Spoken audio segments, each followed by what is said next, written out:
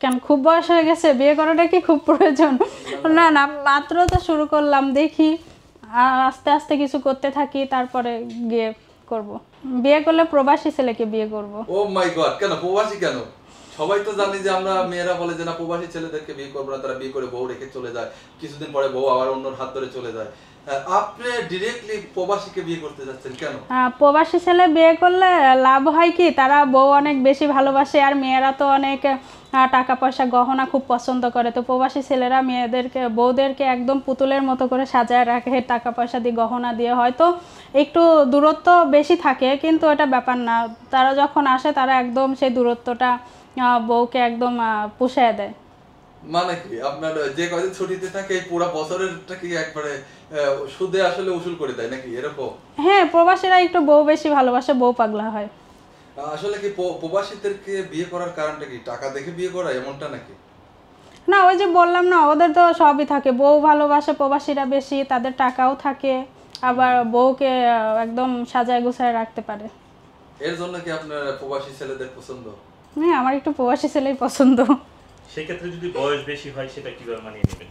মানে sugar daddy টাইপও যদি হয়ে যায়? না, সুগার ড্যাডি বিয়ে করা যাবে না। মানে ইয়াং পোলাপান বিয়ে করবে? হ্যাঁ, ইয়াং জেনারেশন, মানে আমার থেকে 2-3 বছরের বড়, এরকম। কোন জেলার ছেলেকে আপনি বেছে নেবেন? পাবনা জেলার ছেলেকে বিয়ে করব। ও মাই গড, এত 64টা ডিস্ট্রিক্টের মধ্যে আপনি পাবনা কেন বেছে নিলেন? পাবনা তো শুনছি যে পাগলের কারখানা, আপনি পাগলের ছেলেদের বিয়ে করবেন, এটা কেন? আমার হোম ডিস্ট্রিক্টও পাবনা। দেখেন, পাবনা হচ্ছে পাগলের দেশ না। পাবনাতে হচ্ছে ইয়ে আছে, মানসিক হসপিটাল আছে। ও আপনি গুগলে সার্চ দিয়ে দেখবেন যে পাবনা জেলার মধ্যে পাবনা জেলার কোনো মানসিক রোগী আছে কিনা। হয়তো খুব বেশি হলে একটা অথবা 2টা পাইতে পারেন। আমরা পাগল ভালো করি, আমরা পাগল না। আর পাবনা জেলার ছেলেরাও খুব সুইট হয়, বউ বেশি ভালোবাসে, বউরে খুব আদর করে, বউরে অনেক মানে হ্যাপি রাখতে জানে তারা। মেয়েরা কেমন হয়? পাবনা জেলায় মেয়েরা তো আগুন হয়, এ বিষয়ে তো কোনো কথা বলাই যাবে না। তার মানে কি পাবনা জেলার মেয়েদের কি অন্য জেলার কেউ বিয়ে করবে না? অবশ্যই পাবনা জেলার মেয়েদেরকে বিয়ে করার জন্য সব জেলার 64 জেলার ছেলেরাই পাগল। আচ্ছা, আপনাকে যদি বলা হয় যে নোয়াখালী অথবা বরিশাল, এই 2টা ডিস্ট্রিক্ট যদি আপনাকে মানে দেয়া হয়, এই 2টা ডিস্ট্রিক্টের কোন ডিস্ট্রিক্টটাকে আপনি পছন্দ করবেন ছেলে মানে বিয়ে করার জন্য? আপনারাও ভালো করেই জানেন যে নোয়াখালী আর বরিশাল ডিস্ট্রিক্ট সবচেয়ে খারাপ, মানে ওদের মতো প্যাচাইল্লা ভেজাল্লা লোক নাই। তার মানে কি আপনি এই নোয়াখালী আর বরিশাল ডিস্ট্রিক্টটাকে অ্যাভয়েড করতেছেন? শুধু আমি না, আপনি 64 জেলার মধ্যে সব জেলার লোকের নোয়াখালী বরিশালের কথা শুনলে আগে বলে আগে সাইড কাটো, ওদের কথা বইল না। আচ্ছা, সিলেট বা হলো আপনার চট্টগ্রাম, সিলেট চট্টগ্রামের ছেলেদের কেমন লাগে আপনার আসলে? সিলেটের ছেলেরা তো সবাই বাহিরে থাকে, ওরাও ভালো মোটামুটি। আর চট্টগ্রাম, ওখানে তো কখনো যাওয়া হয় নাই, তো ওরকম থিঙ্ক নেই। আচ্ছা, আপনি যেহেতু প্রবাসী ছেলেদেরকে বিয়ে করতে চাইলেন, একটু জানতেই চাইবো যে আসলে প্রবাস তো অনেক রাষ্ট্র আছে, অনেক রাষ্ট্রে মানুষ থাকে, অস্ট্রেলিয়া, সৌদি আরব, দুবাই, আরব আমিরাত, বিভিন্ন রাষ্ট্রে আমাদের বাংলাদেশি লোক প্রবাসে আছেন। তো আপনার অ্যাকচুয়ালি কোন রাষ্ট্রে, মানে কোন রাষ্ট্রে যারা আছে এরকম কোন ছেলেকে পছন্দ হয়, কোন রাষ্ট্রের যারা প্রবাসে আছেন? দেখেন, আপনাদের সামনে এসে তো অনেক পাপি কামাই করতেছি, যে ছেলে সৌদি আরব থাকে তাকে বিয়ে করব, যেন বিয়ের পরে হানিমুনে সৌদি আরব গিয়ে হজ করে চলে আসা যায়। মানে হজ করার চিন্তা ভাবনা থেকে এই থেকে আপনি সৌদি প্রবাসীকে বিয়ে করতে চান? হ্যাঁ, একটু হাজি টাইপের ছেলে বিয়ে করব। আমরা তো জানি সৌদিতে মানে বেতন কম, অনেকেই আছে ইউএসএ থাকে, আমেরিকা থাকে, অস্ট্রেলিয়া থাকে, জাপান থাকে, এদের তো অনেক টাকা, এরা তো অনেক মাইনা পায়। আসলে এদের রেখে আপনি সৌদি পছন্দ করলেন, এর কারণ কি? দেখেন, টাকা দিয়েই তো আর হ্যাঁ, এখন টাকার প্রয়োজন আছে, টাকাই তো আর জীবনে সব কিছু না। তো আমাদের যেরকম বিনোদনের প্রয়োজন আছে, সেরকম আমাদের হচ্ছে যেমন নামাজ কালাম হজ এগুলারও প্রয়োজন আছে। তো সৌদি আরব ছেলেকে বিয়ে করলে ফ্রি হজ করতে যাওয়া যাবে। এই জন্য আপনার উদ্দেশ্য হচ্ছে হজ করা, তাই তো? বিয়ে করার জন্য একটা ছেলের কতটা টাকা প্রয়োজন, মানে থাকা প্রয়োজন, বা মাসে কত টাকা আর্নিং হলে একটা ছেলেকে বিয়ে করা যায় আপনার দৃষ্টিকোণ থেকে? দেখেন আমরা তো মেয়ে মানুষ, আমাদের চাহিদা থাকে অনেক, কারণ আমরা তো আর আর্ন করি না, সংসার চালাই না, ফ্যামিলি চালাই না। আর একটা ছেলেই জানে যে সংসার চালাতে তার কতটুকু কষ্ট হয় আর তার কতটুকু পরিশ্রম করতে হয়। তো আমরা যদি ডিমান্ড করি যে আমি হচ্ছে এমন একটা ছেলেকে চাই যার মাসে 15-20 লাখ টাকা ইনকাম থাকতে হবে, আমাকে প্রতি মাসে মাসে 4-5 লাখ টাকা শপিং করে দিতে হবে, তো আমরা তো চাইলেই এইটা হবে না। আর যে ইনকাম করবে সেই জানে যে টাকা ইনকাম করতে কেমন কষ্ট হয়। তো একটা ছেলের বিয়ে করার জন্য যতটুকু ইনকাম করা প্রয়োজন, হয়তো সংসার চালানোর জন্য, বউকে ভালো রাখার জন্য, নিজে চালানোর জন্য, ফ্যামিলিকে ভালো রাখার জন্য, এভরিথিং 1-1.5 লাখ টাকা হইলেও সংসার চালানো যায়।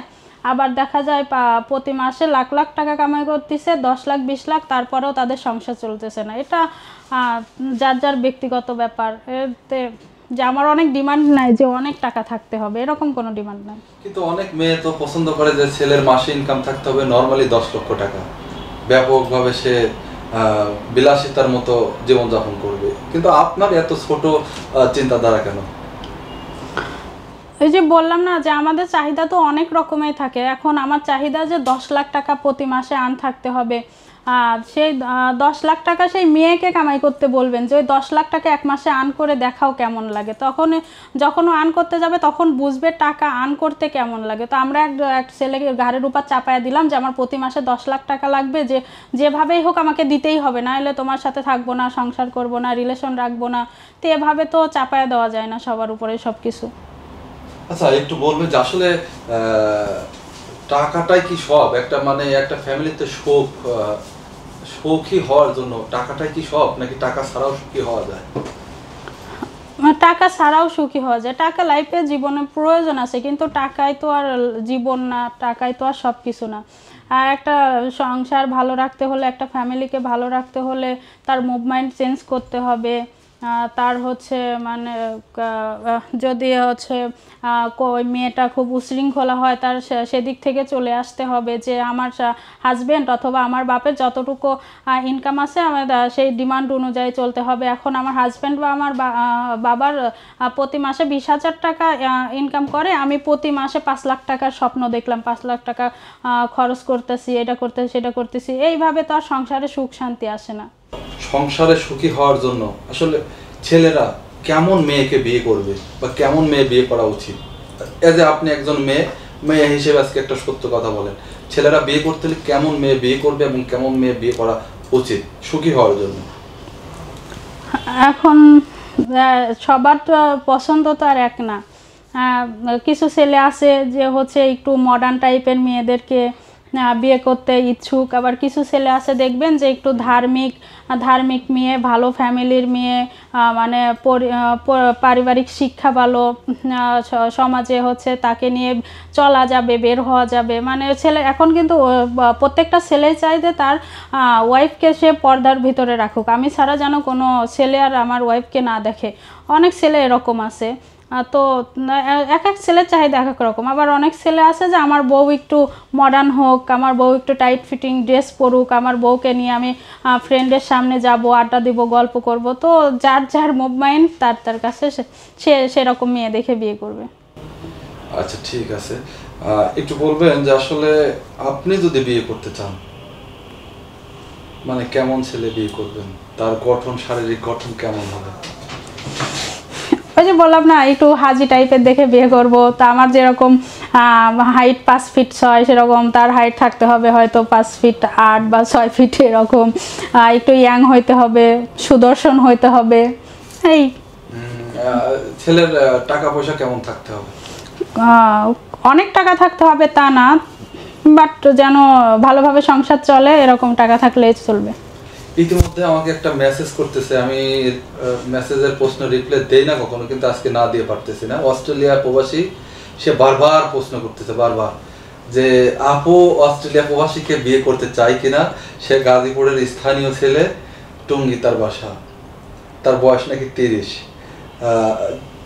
কেমন আসলে আপনার এর সম্পর্কে কেমন চিন্তাধারা? যেহেতু অস্ট্রেলিয়ার প্রবাসী, সে বারবার রিকোয়েস্ট করতেছে, কি বলার আছে আপনার? আমরা তো সবাই চাই একটু ভালোভাবে লাইফ লিড করতে। তো অস্ট্রেলিয়া তো ইউরোপ কান্ট্রি বেশ ভালো, সবারই একটা ড্রিম স্বপ্ন যে আমি অস্ট্রেলিয়ায় যাব, কানাডা যাব, আমেরিকায় যাব। তো উনি তো বেশ ভালো। উনি বেশ ভালো, উনি আপনাকে ডিরেক্টলি বিয়ের অফার করতেছে, আসলে আপনি গ্রহণ করবেন কিনা? বিয়ের অফার করলে তো তাহলে ঢাকাতে আসতে হবে, দেখতে হবে, মিট করতে হবে, কথাবার্তা যদি ভালো লাগে, চলাফেরা ভালো লাগলে দেন তারপরে হয়ে যাবে। তার মানে হতেও পারে, নাও পারে। ঠিক আছে। সৌদি প্রবাসী এক ভাইও কিন্তু অলরেডি কমেন্ট করছে, তার বয়স 30, সৌদি আরবের। এর সম্পর্কে আপনার কি বলার আছে? আপনি আমাকে একটা উমরা করার টিকিট পাঠিয়ে দেন। মানে উমরা করার টিকিট দিলে আপনি সৌদি? না, আমি সৌদি গেলাম, উমরা করলাম, ভাই একটু আমাকে হেল্প করলো, হয়তো ভিসা কি কে দিবে তাহলে? উনি সবকিছু পাঠিয়ে দিল। আচ্ছা আচ্ছা আচ্ছা, ঠিক আছে। তো আপনার কোনো প্রশ্ন আছে?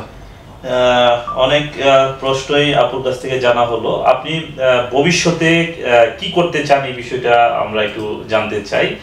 সেটা কি আপনার আইন পেশা নাকি হচ্ছে মিডিয়া পেশাকে আপনি স্থায়ীভাবে নিতে চান? অনেকেই কিন্তু দুটাই বেছে নিছে। অনেকে, যেমন আমরা যদি দেখি নায়িকা রত্না, তিনি কিন্তু মানে একজন লয়ার, পাশাপাশি তিনি অভিনয় করেন, নাটক প্লাস বড় পর্দায় কাজ করেন। তো আপনারও এই ধরনের ড্রিম আছে কিনা একটু শেয়ার করুন। হ্যাঁ, আমি যেহেতু এখনো স্টাডি করতেছি, এটা শেষ হোক, এটা আমার একটা লাইফ। আবার আমি যেহেতু এখন মিডিয়ার মধ্যে ঢুকেও পড়ছি, এটা আমার একটা লাইফ। তো আমি দুটাকেই সাপোর্ট করি, দুটাতেই আমি কাজ করব, দুটাতেই ইনভলভ থাকব।